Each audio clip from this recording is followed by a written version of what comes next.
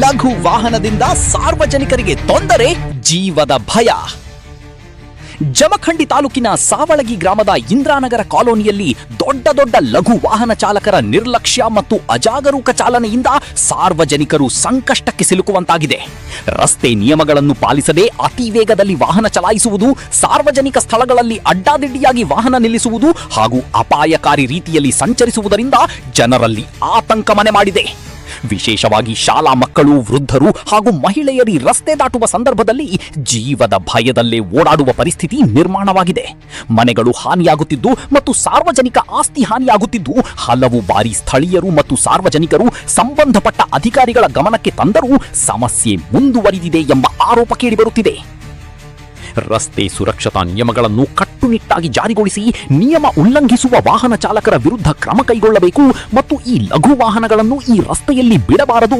ಯಾವುದೇ ಜೀವಹಾನಿ ಆಗುವ ಮುಂಚೆ ಅಧಿಕಾರಿಗಳು ಇತ್ತ ಕಡೆ ಗಮನ ಹರಿಸಬೇಕು ಎಂದು ಸಾರ್ವಜನಿಕರು ಆಗ್ರಹಿಸಿದ್ದಾರೆ.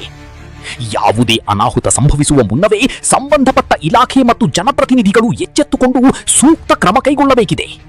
ಈ ವಾಹನಗಳನ್ನು ಈ ಚಿಕ್ಕ ರಸ್ತೆಗೆ ಹೋಗಲು ಪರವಾನಗಿ ಇಲ್ಲ.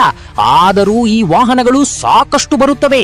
ಈ ವಾಹನ ಸಂಚಾರದಿಂದ ನೇಮ್ಮದಿ ಜೀವನ ನಡೆಸಲು ಆಗುತ್ತಿಲ್ಲ. ಈ ಲಘು ವಾಹನಗಳನ್ನು ಈ ರಸ್ತೆಗೆ ಬರುವುದನ್ನು ಬಂದ್ ಮಾಡದಿದ್ದರೆ ರಸ್ತೆ ಬಂದ್ ಮಾಡಿ ಪ್ರತಿಭಟನೆ ಮಾಡಬೇಕಾಗುತ್ತೆ ಎಂದು ಸಾರ್ವಜನಿಕರು ಎಚ್ಚರಿಕೆ ನೀಡಿದ್ದಾರೆ. ಇದೇ ಸಂದರ್ಭದಲ್ಲಿ ಆದಿತ್ಯ ತಿಕೋಟ, ಶ್ರೀಶೈಲ್ ತಳವಾರ್, ಗಣಪತಿ ತಳವಾರ್, ದೀಪಕ್ ಗಾಯಕ್ವಾಡ್, ಮಂಜುನಾಥ್ ಮಾಂಗ, ಸ್ವರಾಜ್ ಮಾದರ, ರಾಕೇಶ್ ತಿಕೋಟ ಮತ್ತು ಮಹಿಳೆಯರು ಇನ್ನೂ ಅನೇಕ ಯುವಕರು ಸಾರ್ವಜನಿಕರು ಇದ್ದರು.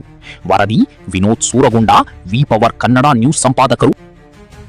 ನಮಗೆ ಸಿಕ್ಕಾಪಟ್ಟೆ ತೊಂದರೆ ಆಗ್ತಿದೆ. ಇಲ್ಲಿ ಸಣ್ಣ ಹುಡುಗರದಾವ, ಯಾರೇ ಸತ್ರ ಏನು ಜವಾಬ್ದಾರಿ ಯಾರು ತಗೋತಾರೆ? ನಗರದ ಇದು ಒಂದು ಓಣಿಯಲ್ಲಿ ನಡೆಯುವಂಥ ಸಣ್ಣ ಹಾದಿಯಲ್ಲಿ ಮೇಲೆ ಹಾವಿ ಮೇಲೆ ಆದಂಥ ದೊಡ್ಡ ವಾಹನಗಳನ್ನು ಈ ಓಣಿಯಲ್ಲಿ ಹಾಯ್ಲತ್ತವು. ಅದಕ್ಕೆ ಸಣ್ಣ ಚಿಕ್ಕ ಮಕ್ಕಳು ಅದಾವು ಮತ್ತು ಆಜು ಬಾಜು ಹೆಣ್ಮಕ್ಳು ಬಾಂಡಿ ಚಿಕ್ಕದಾಗಲಿ ಕೆಲಸ ಮಾಡೋದು ಮಾಡ್ತಿರ್ತಾರೆ. ಎಲ್ಲ ಸೇರಿ ಭಾಳ ಟ್ರಾಫಿಕ್ ಆಗೈತಿ. ಅದಕ್ಕಿಂತ ಗಟಾರ್ಗಳು ಅದಾವು. ಅದಕ್ಕೆ ಇವು ಈಗ ಆಲ್ರೆಡಿ ಅದು ಹಿರಿಯರಿಗೆ ನಾವು ಗಮನಕ್ಕೆ ತೋರಿಸಿದ್ವಿ, ಹೇಳಿದ್ದೀವಿ. ಅದು